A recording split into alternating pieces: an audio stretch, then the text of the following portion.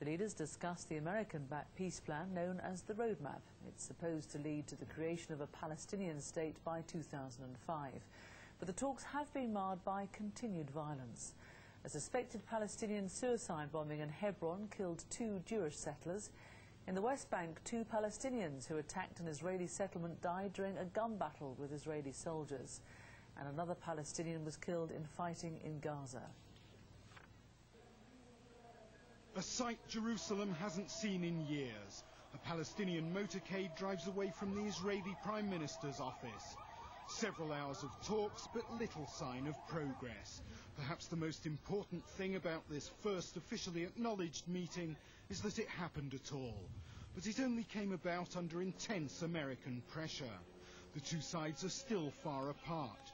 Right-wing Israelis protested against the talks, and they were overshadowed by violence.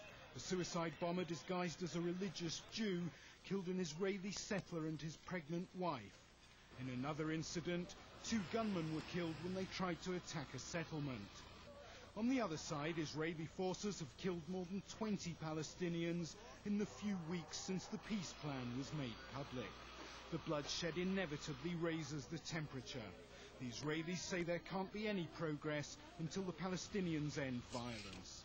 This is not a formal negotiation. Israel has long held and still holds that you can't really get into the substance of negotiations until the violence is put behind us. It's just not going to happen when the Palestinian side is escalating mortar and rocket attacks against southern Israel. But I think once the Palestinians take responsibility for different sectors in the Gaza Strip and eventually in the West Bank as well, I think we'll be able to move into negotiations. But Palestinian leaders say they won't be able to stop attacks by militant groups until the Israelis accept the peace plan. There's no point in going down a path when the other side hasn't even agreed to go down that path with you, and that's the sticking point right now. The Palestinians did talk about security measures, they did reiterate their commitment to the roadmap. They did outline measures they were prepared to take and will take. However, Israel still has yet to accept the roadmap, and until they do that, there can't be much progress. The next move will come in Washington. Mr. Sharon is to meet President Bush there on Tuesday. American pressure on both sides will be vital if the peace initiative isn't to lose momentum and collapse like so many before it. One Palestinian minister, a close ally of Yasser Arafat, resigned before the meeting.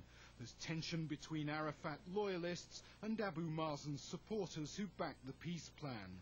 And the Israelis have more than a dozen reservations.